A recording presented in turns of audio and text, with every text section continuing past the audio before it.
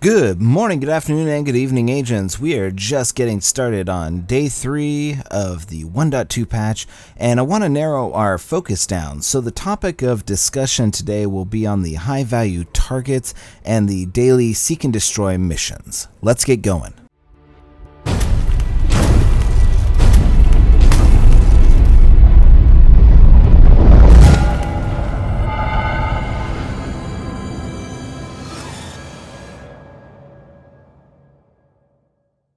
Alright, agents, so it seems like this was just nonchalantly brushed over in the trailer for 1.2 and not really covered as one of the main selling points to the game. You saw in the trailer there were 3 named enemies, and you were kind of probably like, well, this is kind of crap. What am I going to do? Just go kill these enemies and that's it?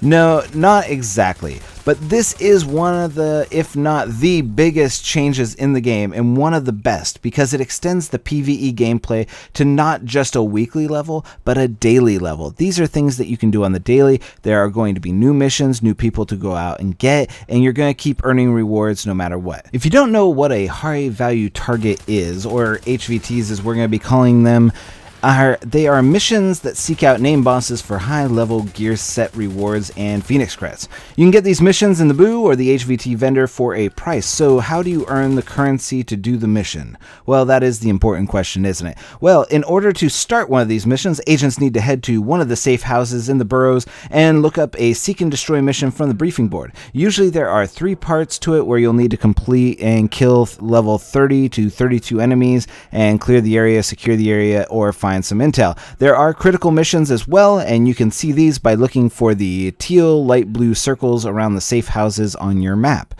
Now you're probably looking at your map and wondering why you aren't seeing too many and there's not one for each of the burrows. Well, that is a good question, and well, in order for you to see these, or for them to appear on the map in general, you're going to need to clear out the burrow, all of them. Every single one but Staten Island, because Staten Island, we all know, is not a real borough. Thank you, Rick Velasky. Now, they need to give it up. Staten Island. Obviously, somebody from the Rick Velasky harem of women spurned Rick Velasky, and she lived in Staten Island, so he pretty much excommunicated her from the rest of New York. Seriously, though, on a more serious note, you need to clear the entire side missions and encounters in the borough for these seek and destroy missions to appear. The seek and destroy missions give about 2 to 5 currency for each mission completed, and you just keep doing these missions in your favorite borough over and over again until you've pretty much killed every single Riker, Rioter, Cleaner, and LMB left. Now, that's some genocidal thinking for you, but it's really just kidding. They have a clone machine, and they're just popping out new bosses and henchmen on the daily basis. So I'm pretty sure that's the real reason why we had to go do Clear Sky. It's not to take back the AA gun, it's to shut down the Riker shotgun cloning facility that's being set up in Columbus Circle. Now, so you got enough credits. You've done enough seek and destroy missions. It maxes out at 99, by the way. So if you have 99, don't do any more seek and destroy. Go spend those monies. Head back to the boo and select your mission. These are going to be in order of difficulty. Obviously, the stuff at the top is going to be easier. The stuff at the bottom is going to be harder. Some of the stuff at the top you don't need to group for. Some of the stuff at the bottom you will definitely need a group for. So the left side missions are the daily, and the right side missions that you get from Fei Lao's sister are the weekly missions. The weekly missions are going to be tough, and you will most likely need a group, and you will most likely need to be well equipped, but don't worry, they aren't too terribly difficult. You can do it with 2 people all the way up to 4. I would highly recommend not doing them by yourself. I tried to. They are easy enough to do by yourself, but you will run out of money, or not money, but ammunition, or you'll run out of time. It's just one of those things. So, you know, be warned. And the downside to the high risk targets. Now, if you spend 40 on a high risk top weekly mission and you fail, you fail. There's no refunds. There's no do-overs. They go into hiding for a while, and you'll have to wait before you can do it again. You can't just try it again like you can do the bottom 2. High-risk value targets are pretty hard, and Fei Lao, she runs a pretty tight ship, so she'll be damned if she's handing out freebies to failed agents under her watch. That one-eyed Cyclops wants success on the first try. So if you go solo and you didn't heed this warning, that is your fault. So once you finish these up and turn them in, you are rewarded with anything from high value gear sets, gloves, knee pads, whatever it is that the reward set.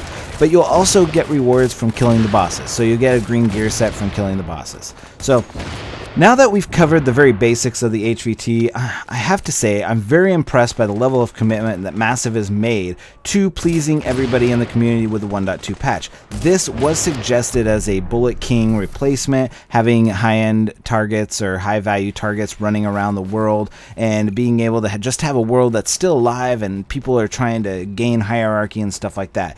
It wasn't just, people didn't just like killing Bullet King because they were getting loot. They enjoyed having a world where things were still happening, even if it was, even if the game was over and you finished the last mission, things were still happening. That's the way it happens in real life. People are going to start taking over. Once you kill a high value target, somebody's going to come in and replace him. And this was a great addition to the PvE side for those who aren't fans of the Dark Zone or the Incursion even. This is just one of the many ways, one of the many paths that you can choose to get your gear sets without feeling like you're being left out. I wholly applaud the choices made by Massive in this decision, and I personally think that it showed their dedication to the fact that they're listening to the community. Now, we don't need Massive to listen to everything, especially changing things in the Dark Zone. I think it's fine. All of the values and difficulty in the Dark Zone, completely fine. Just fix the lag and the bugs. Now, really quickly, there is an exploit already out for this, and I'm not going to put this up because it's actually a horrible exploit. It doesn't actually get you anything. It just allows you to keep doing these missions over and over again. And so the high risk reward ones, if you kill the boss and you go, I'm just going to tell you, if you kill the boss and then you don't clear out the enemies and you travel back to the boo, or, well, actually you have to die to one of the guys. I found this by mistake. And it wasn't, something that I was trying to find. It just happened to be, I was going after Castro. I'll show you here in just a minute. What it was is the guy got stuck behind the door and we all had to kill ourselves. Well, if you go back, you can just redo the mission. Now, if you redo the mission for the lower end ones, nobody else appears. Nobody, you don't get any free loot after you kill the guy a second time, but the high risk ones you do get additional free loot. So if you kill, because the boss doesn't respawn, he goes into hiding if you die, and then a new one will take its place almost immediately. Normally, if you die to the boss, you do that. So I'm not really going to go into it too much because they are banning people for using the exploits. Even exploits that aren't posted on the Ubisoft page, they're still banning people from doing it. So I just avoid doing it. There's lots of ways to get gear. There's lots of ways to get fast gear. There's no reason to use exploits anymore. So just keep doing that and keep getting the gear because you don't want to get permabanned over just getting some, crappy gear. It's not worth it. I do have to say that with this many ways in gear sets, it's just easy to do, and there isn't really any need for exploits anymore. So the question of the day, how are you liking the HVT missions? Leave your comments and feedback and questions down below in the comments section on how you're liking the new missions, and even if you just like the new patch, go ahead and comment on that. If you've enjoyed my small how-to review of the HVTs, help us out by liking this video and subscribing to the channel for all the latest Division news. This has been my time. I am Mountie Carl, and you've been watching a Division Let's Talk right here on Gun Brothers Gaming. See you next time. Agent out.